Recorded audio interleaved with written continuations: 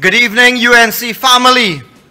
I would first start off this evening by saluting our honorable leader of the opposition, our leader of the United National Congress, our political leader, Mrs. Kamala Persad-Bissessar, Senior Counsel. I want to, of course, in saluting her, also salute all of our speakers this evening. Powerful speakers, starting with Mr. Victor Roberts and moving on to Ms. Khadija Amin, who are appearing here tonight, and I know we have an action-packed program. I want to especially applaud my warrior UNC brother, Mr. Victor Roberts, from lighting 1,000 diyas on Diwali night to taking the fight. And he has his special brand, the Dogla brand, that he is competing with Anil Roberts. So I have to give Anil some, some heckle when I see him. But I want to call Victor Roberts my bhai. So bhai, very well done. I also want to applaud my sister, my behin, my sister MP, Ms. Khadija Amin. She has been fighting, of course, in the trenches and out of the trenches, making sure that everybody gets their just deserve in terms of local government. So I truly commend her fighting spirits. I want to acknowledge, of course, the leader of the opposition, the brilliant, honorable leader, Mrs. Kamala Persad-Bissessar. And I want to say that it is her vision and her leadership that is keeping this country together right now. She has led, Mrs. Persad-Bissessar has led the charge to expose the Nelson Gate affair. She has led the charge to expose AG Limo affair. She was the one who spearheaded the opposition onslaught during the recent budget debate, where every UNC parliamentarian, speaker after speaker, they stood like titans, like giants in the parliament, and they demolished this Dwenish budget. It is clear that this PNM budget was the worst budget in our nation's history. No vision, no plan, no innovation, no foresight, tax and spend, tax and spend. That is what the PNM is about. So the PNM, ladies and gentlemen, is under pressure. They are about to snap. They are infighting right now. They are divided. They are an unstable government. And what they have been doing in the very recent times, they were all hiding in Tobago like cowards. The worst government in our nation's history. And if you don't believe me, let's use one example. Let's start with just national security. The PNM's weakness and failure to govern has resulted in a national security crisis of epic proportions. Dr. Munilal yesterday coined the phrase that we are an unpoliced country. And I want to agree with him. The efforts by this government to ensure we are unpoliced have now led to very serious consequences. Citizens of Trinidad and Tobago, look at the headlines in our daily newspapers, and I hope they can pull it up on the screen. Look at those headlines. You have the Express. Rampage, says the Express. Newsday, homicide cops overwhelmed. Crime pandemic, says the Guardian. And these are the articles that you are seeing, the headlines. Murders cross 501, says Sunday Express. That was Sunday, today is Monday, and the murder toll is changing so fast. The last I checked, I think it was 504. It may have increased, I'm not sure. So it is changing so fast, the media houses could barely keep up. Imagine in an age of social media, where information is instantaneous, and events are recorded and reported in almost real time. Our major newspapers cannot keep a track of the number of murders, the amount of bloodshed in this country. Bloodshed caused by, of course, Rowley and his band of incompetent and weak misfits. Ladies and gentlemen, our nation is in crisis. We are on track to record the highest number of murders in the history of this country. Only recently, we had one of the bloodiest, brutal weekends, including a child's death. And with the killing of such innocents, do you know what the Minister of National Security had to say? Imagine a country, a community, a neighborhood, a family in deep grief and mourning over the senseless killings of an innocent child, and the only leadership and sentiments that this sleeping Minister of National Insecurity can offer is to say that this beautiful child was in the wrong place at the wrong time. Imagine Trinidad and Tobago is now a country where a child visits a playground. This malicious PNM government decrees that the child is in the wrong place and at the wrong time. Not the criminals, you know, the innocent child who went out to play. So this is a lesson in leadership, ladies and gentlemen. And it is a lesson also in compassion for our citizens. I want to ask the population a very frank question here tonight.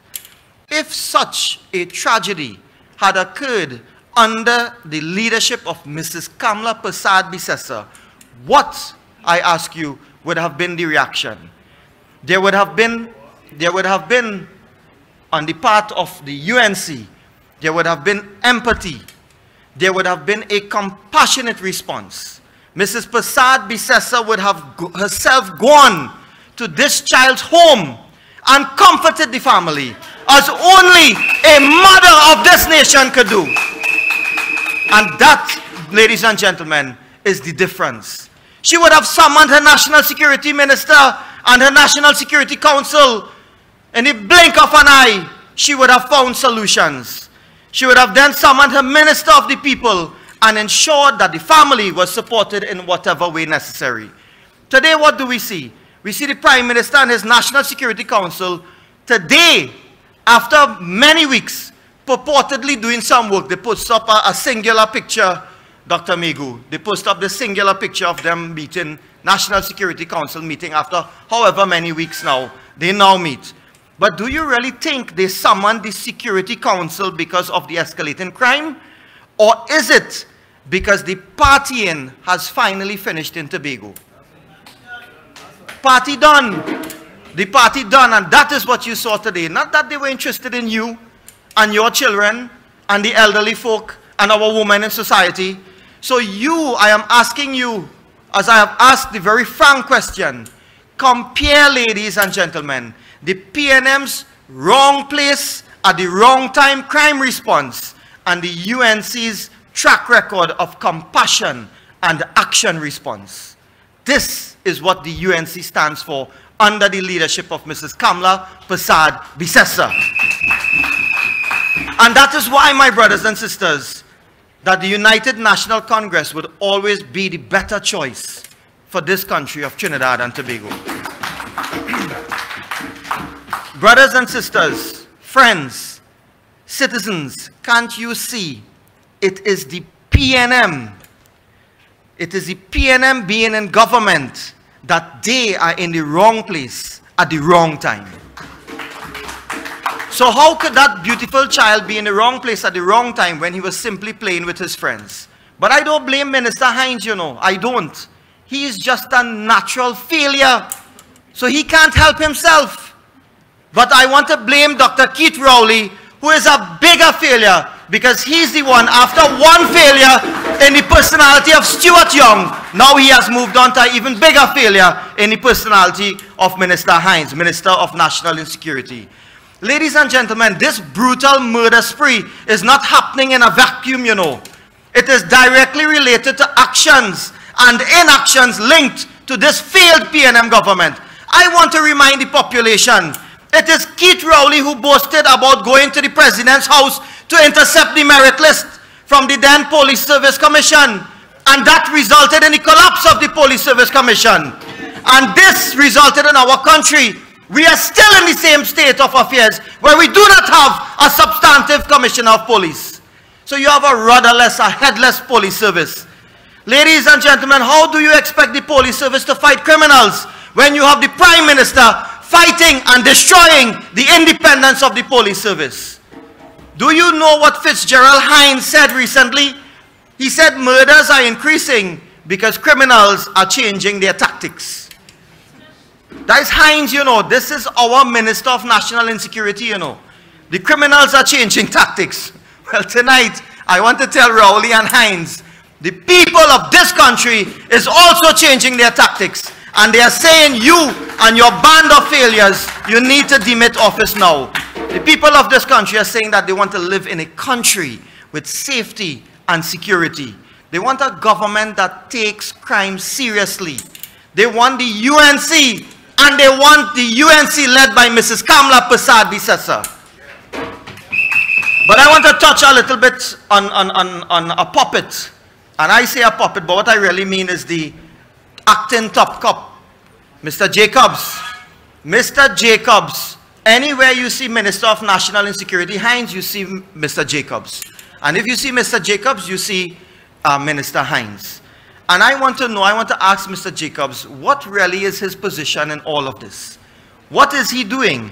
Why doesn't he ask Keith Rowley, where is the Art Forensic Science Center, which was promised to be built in 2020? Where is the expansion of the CCTV cameras? Where is the CCTV command center that they promised? Where is the forensic investigators they promised to recruit? Where are the special hospital facilities they promised? They keep promising the women and our girls in the society. Year after year they promise that, and we don't know whether we're coming or we go in. You see, McDonald Jacob is happy. He is happy that the PNM is lying. That is lying to the population. They're lying to him. And he's fulfilling all these promises or failed promises on their part. And that is what we cannot understand. The latest, his response to that is we need to have bail legislation. We have to have some revised bail legislation. And I want to ask you, what utter nonsense is Jacobs talking about? Now, time will not permit me to get into the bail tonight, but what I want to say to you is that, you see, A.G. Amor does not have a good memory. So many years ago, when he was the president of the Law Association, he objected to any revision to the bail laws in this country. And now he comes when he's the Attorney General and he's talking about revising bail legislation when the Privy Council give them one good cut skin. Right? That is what you are now seeing with these characters. But you see, I want to turn quickly to what is this revised bail legislation about? It is about taking away the attention from their failures in dealing with crime. And now they are trying at any step, any cost. They want to deviate, they want to detract you, they want to hoodwink you from the Nelson Gate. Nelson Gate, mark my words, it is the biggest scandal in the last 60 years of our independent nation. That is what Nelson Gate represents in this country. And they are hiding from it. They will not say anything about it. Amor is saying sub judice. I have come out and I have asked Amor, I have said you are wrong as a matter of law, you are wrong as a matter of fact, and I have called upon him to prove me wrong. My brother attorney at law, Mr. Kyle Taklal Singh, who has been fighting in the trenches as well, he has called out Amor to show where is it that you can prove that sub judice applies to you. Mr. Martin Daly, eminent senior counsel, has also said that the rigors of the sub judice would not apply in this particular instance. So where is all this hiding behind sub judice? But remember, when he was found lying or misrepresenting before the Miami court, he adopted the sub judice principle and he had to break it himself to come out and put out a statement. And I expect with the prodding, with the pressure of the public, with the calls from the citizens to answer valid questions, that he will have to break that sub judice, that self-imposed vow of silence, and come out and answer. You see, Nelson Gate is the biggest crime which has been perpetrated on the democracy of this country. So it is the biggest crime to have been perpetrated on our criminal justice system. And it is perhaps the most glaring example of misbehavior in public office, of perverting the course of justice in the Commonwealth. So I said it last week and I will say it again tonight. Jacobs, do your bloody job. You need to go down by Rowley. You need to go down by Arawi. You need to go down by Stuart Young. You need to go down by Sagram Singh. You need to go down by Minister Hines, all of them. Laptop, cell phone, iPad, everything. You need to seize it. And you know you're calling upon them to do that. And he's not doing it. And what did we see? We see a newspaper report. Al-Rawi phone has already been cleared. We can't get the messages where Nelson Lawyer was messaging him on WhatsApp. Imagine that. So ladies and gentlemen, that this scandal is a scandal that stinks to high heavens. And that is one thing I can tell you. Under the leadership of Mrs. Kamla Persad-Bissessar, we will not leave Nelson Gate alone. And I saw an editorial today in the Express, and the editorial says that there are too many pertinent questions which need answers. So I want to say, if it is the PNM government is afraid and they don't want to answer, I want to call upon them. The best way to account to the people, if you're afraid to give the answers, dissolve the parliament, and you need to call a fresh elections in this country. Let the country replace you and all your weak and incompetent cronies, Rowley. So this is something that we have to look at. Now I want to say that we will not bolt from this issue. We will not run from this issue. In fact, the opposite. We are going to bolt these questions and these issues to their chest. Ladies and gentlemen, tonight is a rallying call. Tonight is a rallying call. You have heard from Victor Roberts. You have heard from Khadija Amin. We must be in their faces at every turn with this issue in Nelson Gate. We must speak out. We must rise up. We must fight for our sovereign democratic state. And we must never surrender our democracy to that band of tyrants, to that PNM. We must never surrender. You see, democracy is a very fragile and tenuous thing. Many countries have lost their democracy because governments have overstepped little by little. And before long, when the population was turning a blind eye, finally when they took stock and they observed what was going on, they realized they were living in a dictatorship. Ladies and gentlemen, we are at the doorstep to that dictatorship. What we require now in our country's history is a courageous group of patriots to stand against the evil forces of tyranny embodied in the PNM. You do not have to search very far for those patriots. These patriots can be found right here in the house of the rising sun. These patriots led by our general, our shield maiden, our Joan of Arc, Mrs. Kamla Persad-Bissessar, they are all ready to fight and defeat the PNM. We shall release the grip of this PNM Gestapo on our country.